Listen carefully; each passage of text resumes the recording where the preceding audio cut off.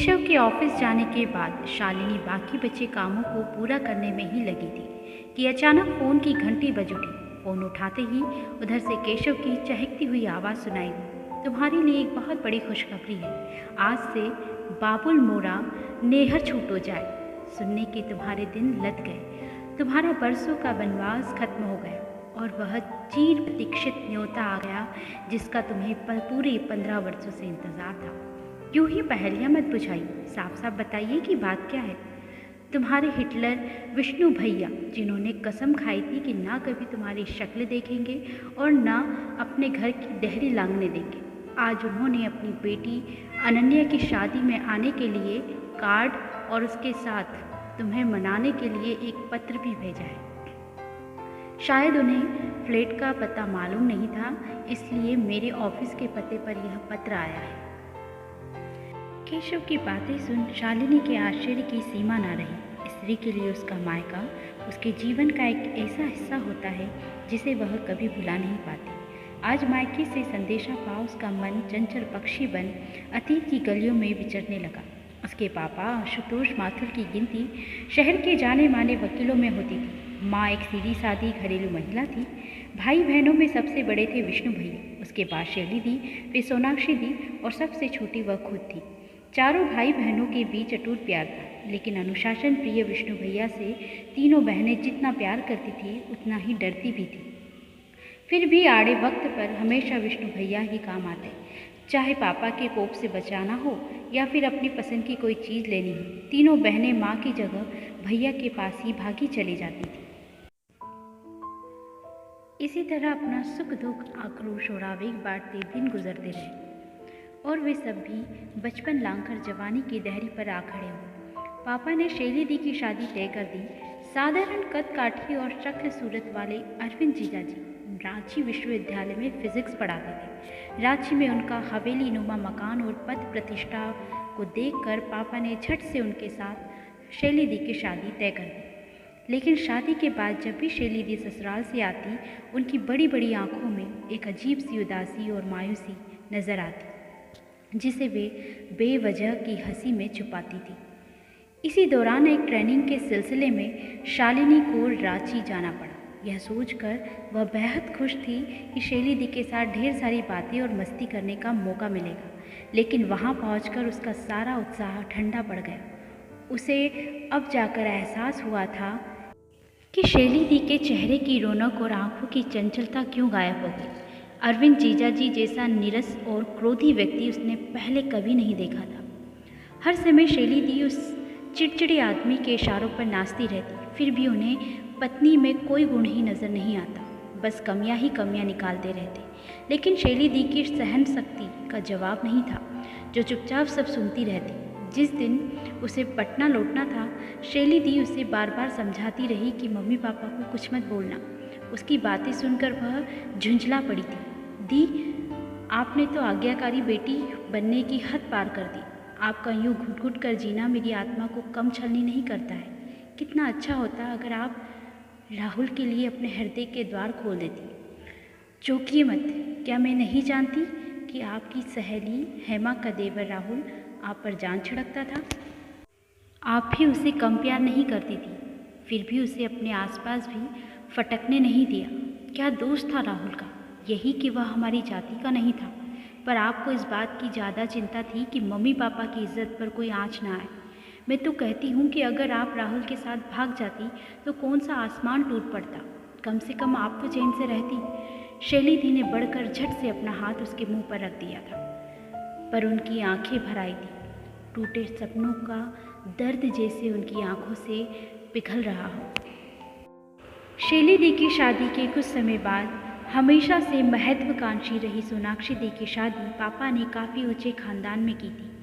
प्रतीक जीजाजी शहर के बड़े बिजनेसमैन थे और एकलौते संतान थे। इस रिश्ते से सभी लोग बेहद खुश थे।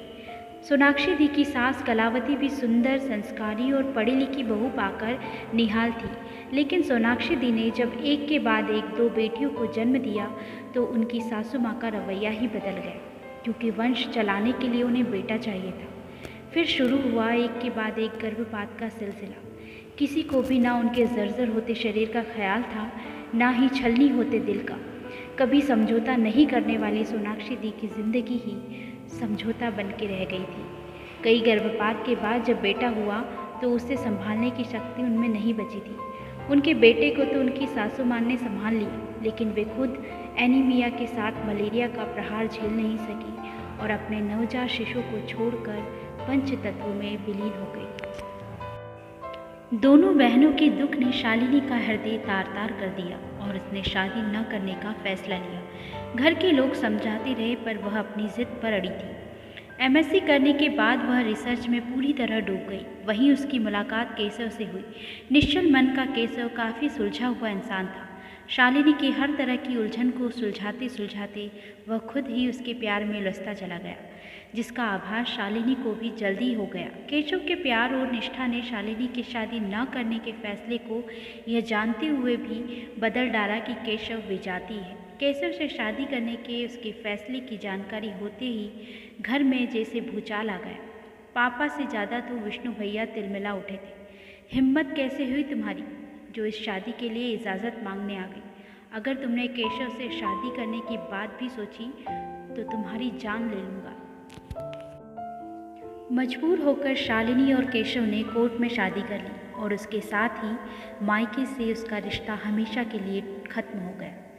कभी वह भैया की सबसे लाडली थी, लेकिन वही भैया उसके जीवन के सबसे महत्वपूर्ण फैसले में उसका साथ देने के बजाय दुश्मनों सा व्यवहार कर रहे थे। न पहले हुई दोनों शादियों से सीख ली, न अपनी छोटी बहन के मन को समझने की कोशिश की। पूरे परिवार में बस एक माँ ही थी जो सिर्फ इतना जानकर कि उनकी बेटी सुखी दाम्पत्य जीवन जी रही है, इस शादी से पूरी तरह संतुष्ट थी।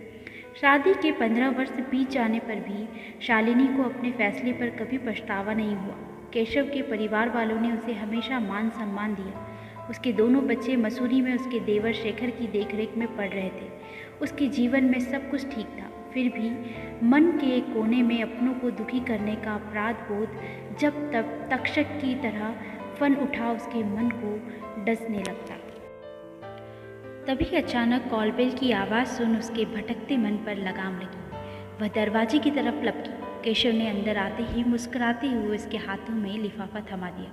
वह लिफाफा थामे बेडरूम में आ गई। केशव से चाय तक पूछने का उसे होश नहीं रहा। बस जल्दी से पत्र खोल पढ़ने बैठ गई। पत्र में लिखा था, समझ में नहीं आता किस मुंह से तुम्हें आशीर्वाद दे रहा हूँ।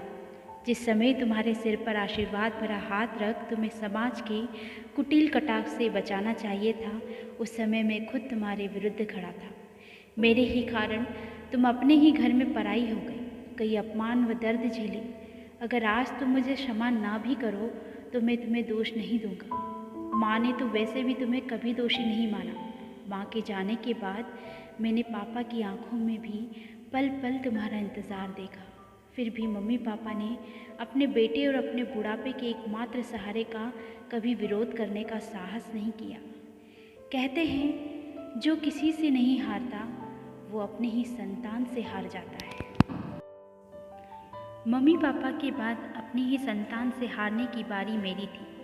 मेरी बेटी अनन्या ने मुझे लाकर उसी दोराहे पर खड़ा कर दिया जहाँ लाकर कभी तुमने हम सबको खड़ा किया था। उसने तो साफ साफ यह भी कह दिया कि अगर मैं बदलते समय के साथ नहीं बदलूंगा तो अकेला रह जाऊंगा।